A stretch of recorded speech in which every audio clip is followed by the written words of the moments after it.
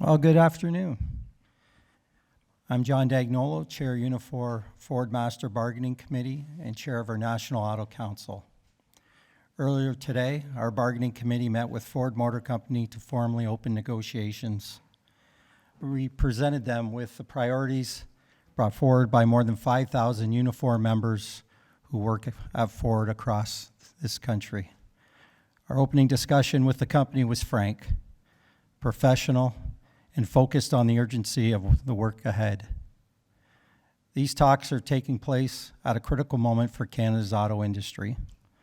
U.S. tariffs imposed on Canadian-made vehicles, raw materials are disrupting production plants, delaying and canceling investment decisions, and pulling tens of thousands of jobs on both sides of the border at risk. At the same time, our industry is confronted with new threats that go beyond the Trump administration trade aggression.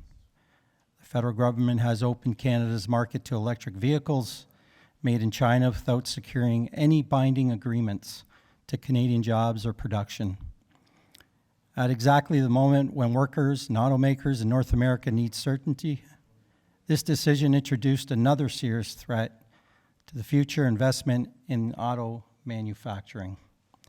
The challenges surrounding the auto industry is the reason why our members need a strong pattern agreement now. We selected Ford as our pattern-setting company for several important reasons.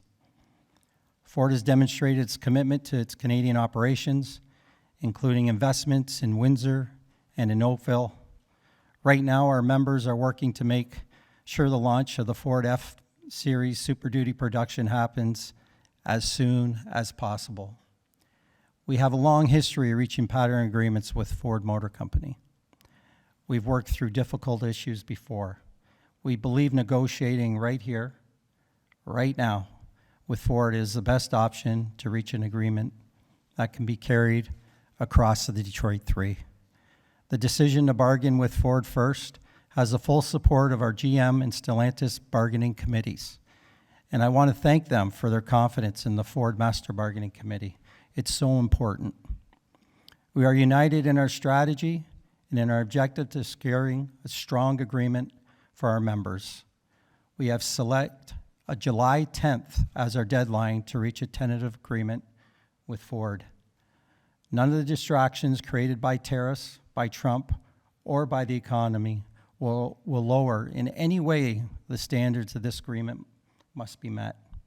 Our goal is to reach a deal that raises conditions throughout the Canadian auto industry while protects good Canadian jobs from Windsor to Oakville to our parts depots in Paris, Castleman, Edmonton, and beyond. And that is why we're here. With that, I'll turn it over to Unifor National President, Sister Lana Payne. Lana?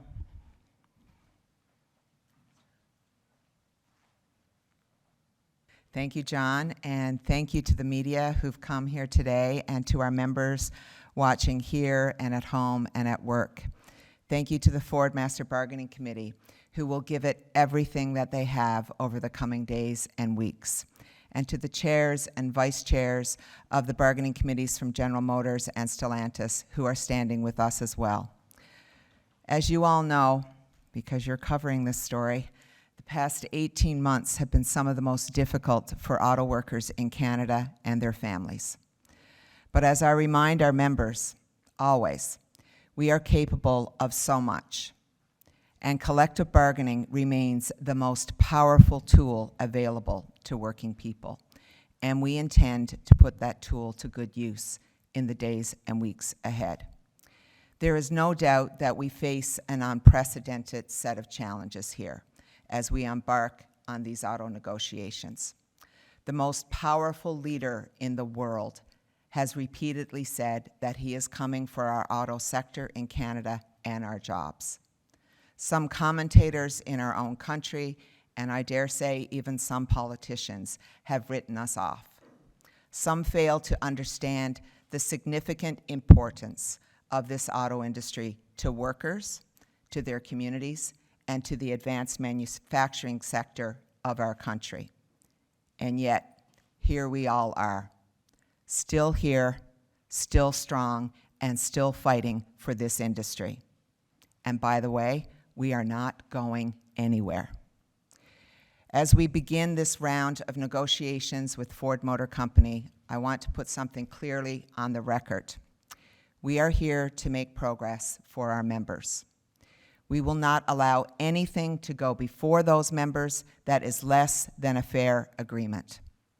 We expect an agreement that protects jobs, as well as Ford's commitment to auto manufacturing in Canada, and delivers real and meaningful improvements for the workers who have made this industry successful for more than a century. The mandate from our membership has been clear: enhance our pensions and retirement security benefits. We will also be focused on improving wages and strengthening income security. And we will seek clarity on future investments and product commitments right across the D3. This agreement must deliver economic progress. Let me say that again. This agreement must deliver economic progress for working people. Economic progress is what our members frankly deserve. Automakers continue to benefit from their skill, from their productivity, and commitment. We want a strong agreement that recognizes their contribution. There is a lot at stake in these negotiations. And believe me, this is not lost on me or anyone here today. Canada cannot become a market for vehicles only made somewhere else. If we want an advanced manufacturing industry in Canada, it starts with building cars and trucks right here in this country, and it starts with our members. We are a country of designers, of engineers, of builders, and that's why I'm optimistic. Significant private and public investments brought back production to Ford Oakville. This too, by the way, started at a bargaining table not unlike what we're at today, with us negotiating commitments and investment, and yes, with Ford Motor Company living up to those commitments. Oakville shows all of us right now what is possible and what happens when workers, governments, and companies are all rowing in the same direction. We need to replicate that everywhere. Ford Motor Company's commitment to its Canadian operations is important. It's why we are here, about to negotiate a pattern agreement with them. But what's more important is who is in that plant in Oakville today, right now, making it all happen. The reopening and retooling of Oakville is more than a return to work. Let me repeat, more than a return to work. Just as the building of great engines in Windsor is about more than how we add value to the supply chain. This must be the start of a new chapter where commitments are measured in production and good union jobs, and in a future that auto workers can count on. We know what's at stake better than anyone. We also know the strength of our union. We have nearly 19,000 members at the Detroit 3, more than 20,000 more across the auto supply chain, and 320,000 across this entire country. Everyone is ready to do their part. We have confidence, a lot of it, that we can establish a strong agreement here that protects jobs and this industry. So let's go.